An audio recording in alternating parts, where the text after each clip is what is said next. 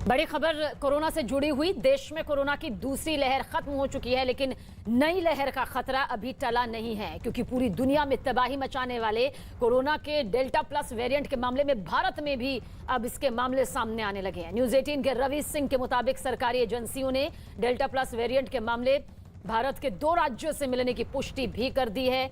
इनमें से एक है मध्य प्रदेश तो दूसरा है महाराष्ट्र। दोनों ही राज्यों में कोरोना वायरस का नया वेरिएंट AY 4.2 मिलने की बात सामने आई है। सरकारी एजेंसियों का मानना है कि डेल्टा प्लस वेरिएंट के भी 20 से 25 वेरिएंट अब तक बन चुके हैं और AY 4.2 इन्हीं में से एक है। हालांकि सरकार लगातार इस वेरिएंट पर नजर रख रही है और इसकी निगरानी की जा रही है, लेकिन माना जा रहा है कि कोरोना का ये नया वेरिएंट करीब 10% ज्यादा तेजी से फैलने वाला है। सरकारी एजेंसियां अब फिर लोगों से ज्यादा सतर्कता बरतने की अपील कर रही है ताकि नए वेरिएंट के फैलने को रोका जा सके।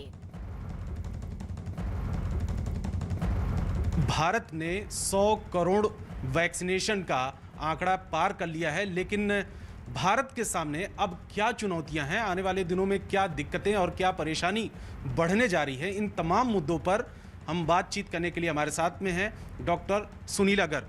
मैम, सबसे पहले आपका स्वागत है। और दूसरी बात यह है कि जो मेरा सवाल है कि क्या कोई नया वेरिएंट कोरोना का भारत में देखने को मिला हाल फिलहाल में? देखिए, आपने एक बहुत ही इम्पॉर्टेंट सवाल पूछा और ये हमें समझने वाली बात है कि जैसे जैसे वायरस म्यूटेट करेगा तो हमें नए नए वेरिएंट देखने को मिलेंगे। और आपको ये भी पता होगा कि हमारे पास में डेल्टा वेरिएंट जो है वो ओरिजिनल वेरिएंट है, जिसने काफ़ी ज़्यादा हैवॉक मचाया हुआ अक्रॉस द ग्लोब।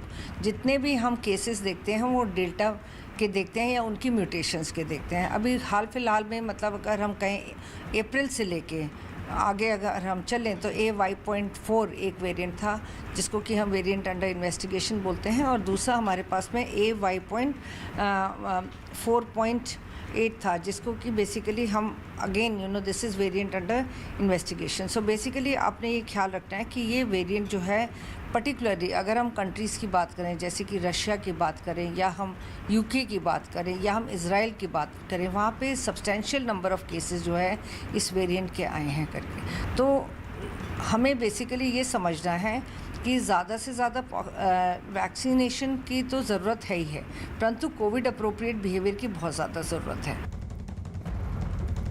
केंद्रीय स्वास्थ्य मंत्री मनसुख मांडविया ने कहा कि कोरोना के इस नए वेरिएंट पर एक टीम जांच में लगी हुई है। 4.2 एक नया वेरिएंट जो महाराष्ट्र और मध्य प्रदेश में सामने आए हैं उसके केसेस, तो कितना खतरनाक ये मानते हैं और आने वाले दिनों में कितनी बड़ी चुनौती मानते हैं? उस पर अभी जांच चल रही है, टीम उसको चेक कर रही है। उसमें उसके बिना सोचे समझे तो स्टेटमेंट दे देना कि इतना खतरनाक होगा, ऐसा मेरे लिए भी उचित नहीं है। और उसको एक बार, क्योंकि वेरिएंट बार बार बदलता रहता है, कौन सा वेरिएंट किस टाइप का वेरिएंट है, किसकी घातकता है, ये ICMR और NCDC के लोग साथ में मिलकर उसकी डिटेल स्टडी करते हैं और उसके आधार पर वो लोग निर्णय करते हैं। और पिछले 24 घंटे की बात करें तो देश भर में कोरोना के कुल 12,428 मामले सामने आए। अच्छी बात यह है कि कोरोना के जितने मरीज मिले उससे कहीं ज्यादा मरीज ठीक होकर अपने घर लौट गए। पिछले 24 घंटे में 15,991 मरीज ठीक हुए, जबकि 356 लोगों को अपनी जान कोरोना की वजह से गंवानी पड़ी है। यानी अभी भी सतर्कता और सावधानी बेहद जरूरी।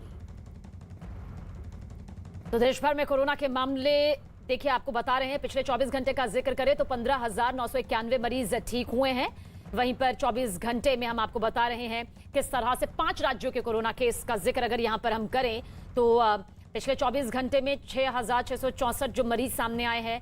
वहीं पर मरने वालों की जो तादाद है तमिलनाडु में 14 है। साथ ही महाराष्ट्र का जिक्र करें तो जान गंवाने वाले 12 रहे और 889 लोग यहां पर सामने आए हैं।